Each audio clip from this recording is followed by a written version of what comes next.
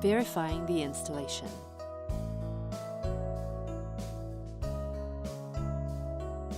Check that the SUN2000 is installed properly.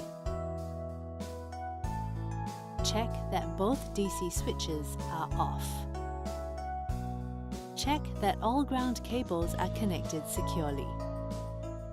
Check that all AC output power cables are connected correctly and securely. Check that all DC input power cables are connected correctly and securely. Check that all communications cables are connected correctly and securely. Check that all tubes and the cable glands in use at the bottom of the enclosure are sealed.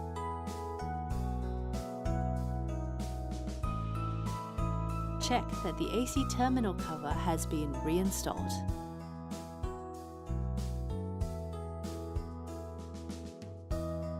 Check that the maintenance compartment door has been closed and its screws tightened. Check that unused cable glands, USB ports, and DC input terminals are covered with sealing caps.